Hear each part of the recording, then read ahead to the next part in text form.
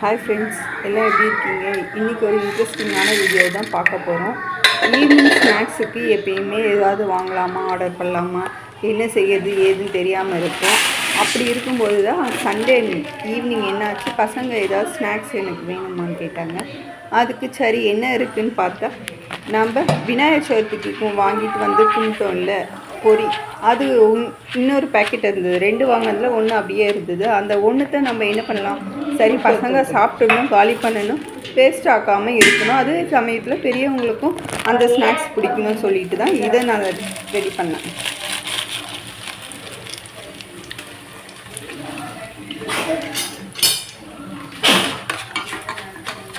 எப்போ பொரி வாங்கினாலும் வெறும் பொரி மட்டும் வாங்க மாட்டோம். சாமி கும்பிட்றதுக்கு பொரி, அவல், அதோடையே பொட்டுக்கடலையும் கொஞ்சோண்டு நாட்டு சக்கரையும் கொடுப்பாங்க.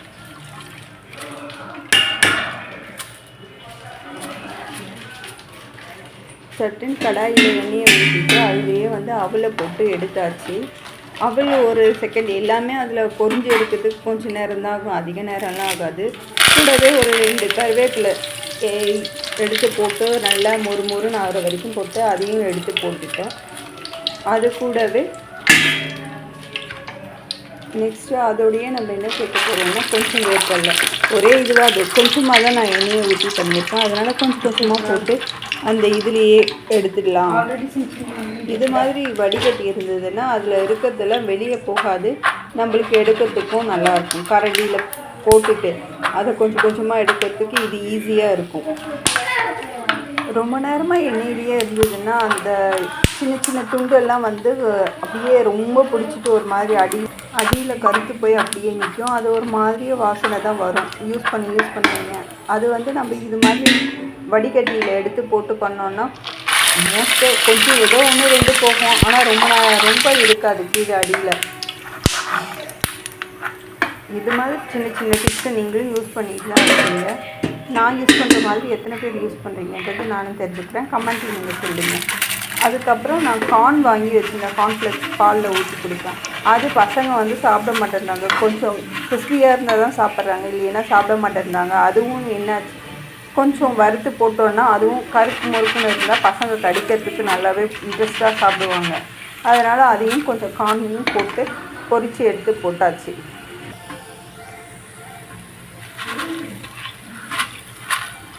இந்த சவுண்டே தெரியுதுங்க, இது நல்லா வறுத்துடுச்சு. அதையும் எடுத்து போட்டுட்டு இன்னும் கொஞ்சம் கார்னை சேர்த்துக்கணும். பசங்க சாப்பிட்றதால கார்ன் நிறைய இருந்ததுன்னா நல்லாவே சாப்பிடுவாங்கன்ட்டு இன்னும் கொஞ்சம் கார்னையும் சேர்த்து நான் பொரித்து போட்டாச்சு. அதோடையே பூண்டு ஒரு 4 பல் பூண்டை, அதோட ஒரு 4 பல் பூண்டை வேறு நசுக்கி வச்சுருந்தேன். கருவேப்பிலையும் 2 விட்டு வச்சுருந்தேன், அதையும் தூக்கி போட்டு அதோடையே சேர்த்து நல்லா பொரித்து எடுத்து போட்டாச்சு. பசங்க எப்படி இருந்தாலும் அதை தூக்கி தான் போட்டுடுவாங்க, ஆனாலும் நம்ம சேர்த்து சாப்பிட்டோன்னா நல்லா இருக்கும்.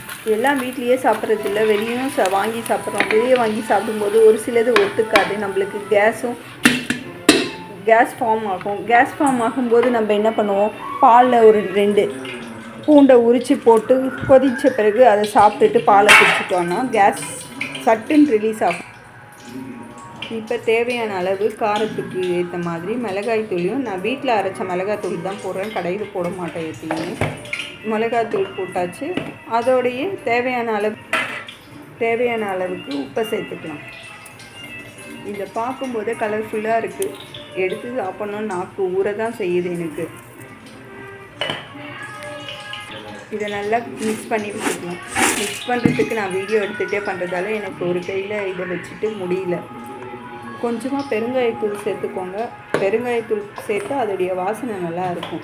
சாப்பிடும்போது நம்மளுக்கு பெருங்காயம் போனதுன்னு தெரியாது. அதையும் அப்படியே மிக்ஸ் பண்ணிவிட்டு ஒரே கையில் பண்ணுறதால என்னால் முடியல, வீடியோ எடுத்துகிட்டே பண்ணுறதால சாரி, கரண்டியை வச்சு நல்லா கலரி விடாமல் கலரில் சேர்த்து பார்க்கவே அட்ராக்டிவாக இருக்குது. இன்னும் கொஞ்சம் நேரம் அப்படியே வாசனை எனக்கு நெய்யில் எப்படா சாப்பிடுவோன்ற மாதிரி இருந்தது. உங்களுக்கு எப்படி இருக்குன்றதை கமெண்ட்டில் சொல்லுங்கள். அவ்வளோதாங்க, பூரி காரப்பொரி முடிஞ்சாச்சு. இதை எடுத்துகிட்டு போய் பசங்கக்கிட்ட கொடுத்து அவங்க என்ன சொல்கிறாங்க. அவ்வளோதாங்க, முடிஞ்சாச்சு காரப்பொரி. வீட்லேயே இருக்கிற பொருளை வச்சு சிம்பிளாக முடிஞ்சாச்சு. ஈவினிங் ஸ்நாக்ஸும் ஆயிடுச்சு, நம்ம செஞ்சு கொடுத்தோம், ஹெல்த்தியானது இருக்குது, வீட்டில் செஞ்சது தானே நம்மளுக்கு. பசங்களுக்கு கொடுக்க கொஞ்சம் பயம் இல்லாமல் ஓகேன்ற மாதிரி தான் எனக்கு இருந்தது. உங்களுக்கு எப்படி இது மாதிரி நிறைய ஐடியாஸ் இருக்குது? எத்தனை பேர் இது மாதிரி சட்டுன்னு பசங்க கேட்டதுமே வீட்டில் இருக்கிற பொருளை வச்சு நம்ம இருக்கிறத வச்சு எப்படியுமே சந்தோஷப்படணுன்னுவாங்க. அதே மாதிரி இருக்கிற பொருளை வச்சு சமைக்கிறதுக்கும் நிறைய பேருக்கு டேலண்ட் இருக்கும். அவ்வளோதான் ஃப்ரெண்ட்ஸ், பசங்களுக்கு எடுத்துகிட்டு போய் கொடுத்தாச்சு. நம்ம போட்ட பொரி வேர்க்கடலை எல்லாமே பளிச்சுன்னு தெரியுது. இதை பசங்க சாப்பிட்டுட்டு என்ன சொல்கிறாங்கன்னு பார்க்கலாம். பையன் சாப்பிட்டது என்ன சொல்கிறான்னு தெரியல. எடுத்து கொத்தி அது மாதிரி தான் என் பையன் ஒன்னா சொல்லி முடிச்சாச்சு நல்லா இருக்குன்ட்டு.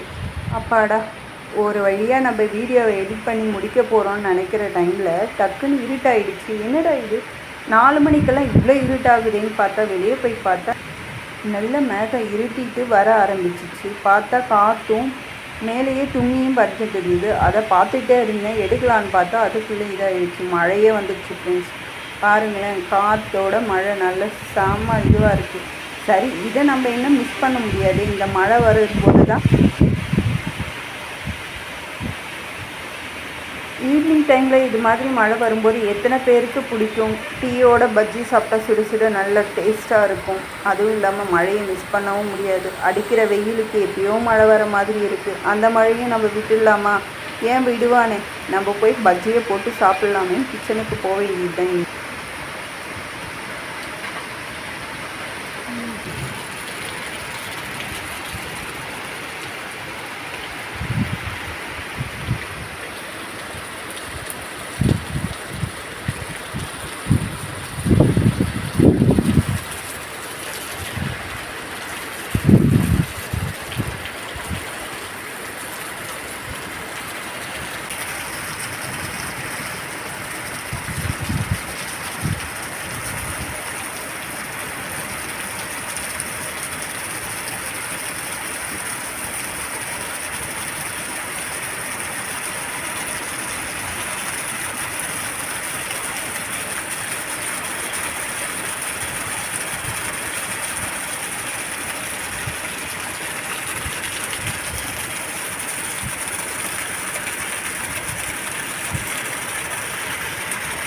இந்த மழையே பார்த்துட்டு இருந்தால் வேலை ஆகாது. போய் கிச்சனுக்கு போயிட்டு என்ன இருக்கோ அதை வச்சு பஜ்ஜி போட்டு சாப்பிட்லாம்.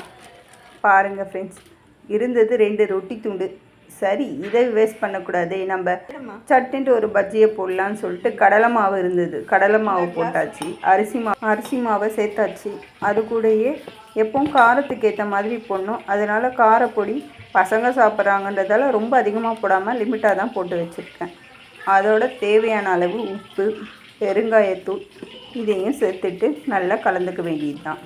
எப்போவுமே நான் பஜ்ஜி சுடணுன்னா ஃபஸ்ட்டு வந்ததுமே அடுப்பில் கடாயை வச்சு அதில் எண்ணெயை ஊற்றி காய வச்சுட்டு இருப்பேன். அதை காயறதுக்குள்ளே நம்மளுக்கு தேவையானது எல்லாமே ரெடி பண்ணிக்கலாம். அது எண்ணெய் காஞ்சிடும். இப்போ பாருங்கள், நான் பஜ்ஜி மாவை ரெடி பண்ணி வச்சுட்டு இருந்ததால் டக்குன்னு போட்டு எடுத்துடலாம். பக்கத்துலேயே டீயும் போட்டு வச்சுட்டோன்னா பஜ்ஜி சுட்டி எடுக்கிறதுக்குள்ளே டீயும் நம்மளுக்கு ரெடி ஆகிடும்.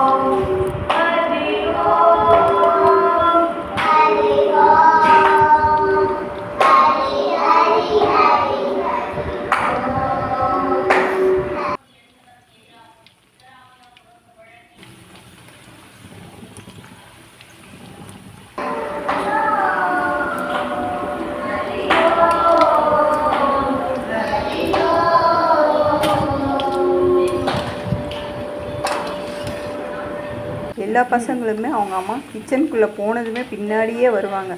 மாமா என்ன பண்ணுற ரெடி ஆகிடுச்சா நான் சாப்பிட்லாமா சொல்லிட்டு கேட்பாங்க. ஆனால் அவங்க அவசரத்துக்கு நம்ம